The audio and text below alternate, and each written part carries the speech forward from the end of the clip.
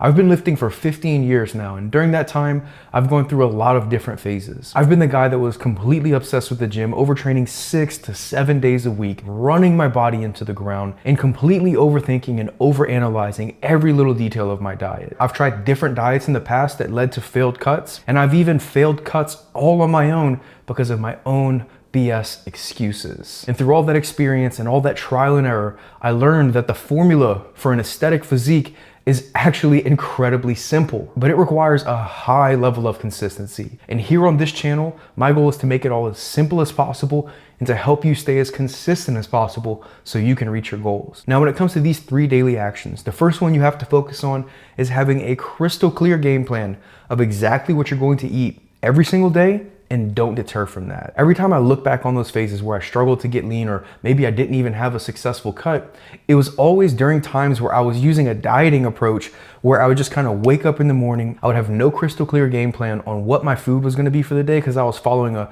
flexible dieting, IIFYM type of eating, basically just tracking my macros, plugging in the puzzle pieces, and hitting my goal every single day. Now, I'm not against IIFYM and flexible dieting. I've had clients that do that, and I used to be a huge proponent of it. So I'm not against it. But when you do that, you have to make sure that before you go to bed the night before, you already have your macros pre-filled for the next day, and you know exactly what you're going to be eating that day, so you don't leave any room for deviation. Because you never know how a day is going to go. Things might be a little more stressful, you might get pulled in a bunch of different directions, and at the end of the day, you've still got 80 grams of protein left to eat, and 30 grams of fat, and 150 grams of carbs, and you're like, what am I supposed to eat to fill this in? And it's just all messed up. And you do this day by day, week by week, and eventually your willpower starts to wear down. It's just so much mental energy that you're taking on a day-to-day basis. Now, what I do currently, and what I don't see myself really deviating from, is I currently do a weekly meal plan. So for 1 week, I know exactly what I'm going to be eating for every single meal on a daily basis. And then when the next week rolls around, I'll swap some things out. That way my meal plan is still enjoyable. I'm still looking forward to certain things, but I'm not having to think on a day-to-day basis about what I'm going to be eating. I know when I wake up, this is gonna be meal 1, this is gonna be meal 2, meal 3, meal 4. Some of you eat 5 meals a day. I typically do 4 and like some sort of snack. Sometimes I do 5. It just depends on how I want my meals to look. But it's so huge. I cannot overstate it, just how powerful it is to have a crystal clear game plan of exactly what you're going to be eating on a day-to-day basis. And if you like the idea of having a weekly meal plan, but you're not really sure what that would look like, in my community, I have 25 sample meal plan templates, a Fit for Life cookbook, and other nutrition resources. So if you're interested in that, at the end of this video, click the link down in the description to learn more about my community. Now, the next thing you need to do daily is execute a bedtime routine. It doesn't have to be extravagant. What I currently do right now is I have a bedtime tea. So I have this melatonin tea that I make. I add 10 grams of creatine to it. I add magnesium glycinate to it, which is supposed to be really good for sleep.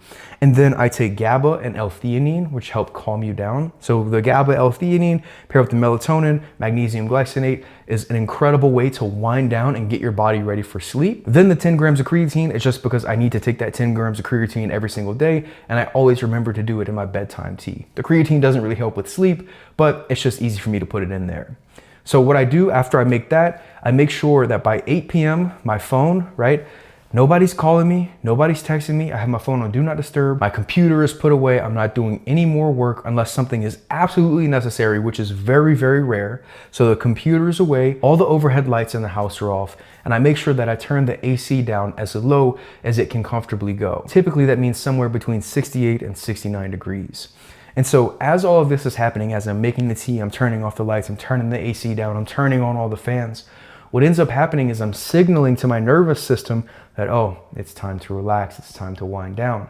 Then I drink that tea while me and Kelsey watch a show or something. And then before you know it, it's 9 o'clock, 9:30. And I have a rule that I'm in bed by 10 every night trying to go to sleep. And what I've been doing recently, which has been incredibly helpful, is I've actually been listening to a reading of the New Testament with like rainforest sounds behind it. And it's really peaceful. It helps me sleep well. So I highly recommend having some sort of ambient noise in your room as you're going to sleep to help you fall asleep and get into that deep sleep. When you aren't sleeping good consistently, your cortisol rises, your testosterone levels decrease, and your hunger hormones increase. So over a long enough time period, this leads to a loss of muscle, a loss of strength, low energy levels throughout the day, where the light of life kind of just seems like it's a little bit dimmed.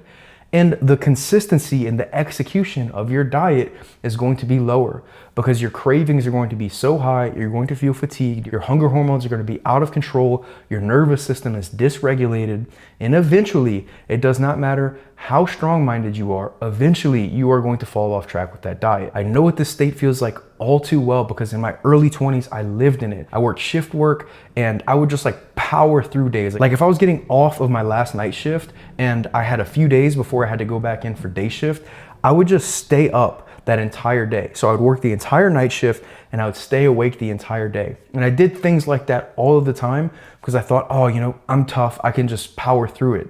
Looking back, if I had to change that, I would treat my sleep way more seriously because I would have felt better, I would have put on more muscle, I would have lost fat easier, and I wouldn't have had to battle such intense cravings. So make sure you establish your own bedtime routine and stick to it daily. And finally, last but certainly not least, the third thing you need to do daily is move your body.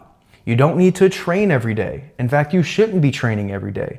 You should aim for 3 to 4 quality workouts per week for most people. I have 5-day training programs. There's nothing wrong with training 5 days a week as long as your volume is adjusted to make up for that frequency. But for 95% of people, 3 to 4 quality workouts per week is what you need.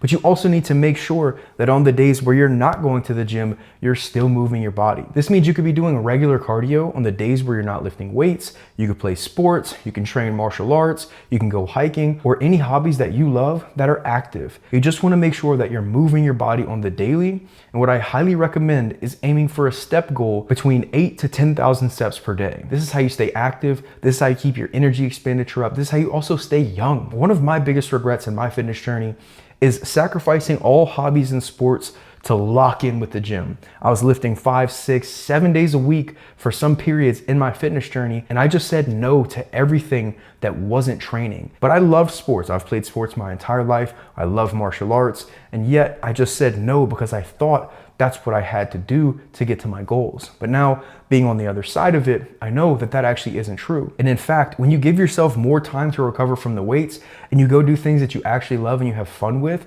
you actually keep your nervous system and keep your mind in a much better state. So it's easier to stay consistent with the diet, with the training, and with everything that you're going to need to do to get to that lean, athletic physique. Now, of course, there are little details that go into this, like making sure you have the right macros and following a proven training program. But overall, it really is that simple. Take consistent action every single day, and all the little details will iron themselves out as you go.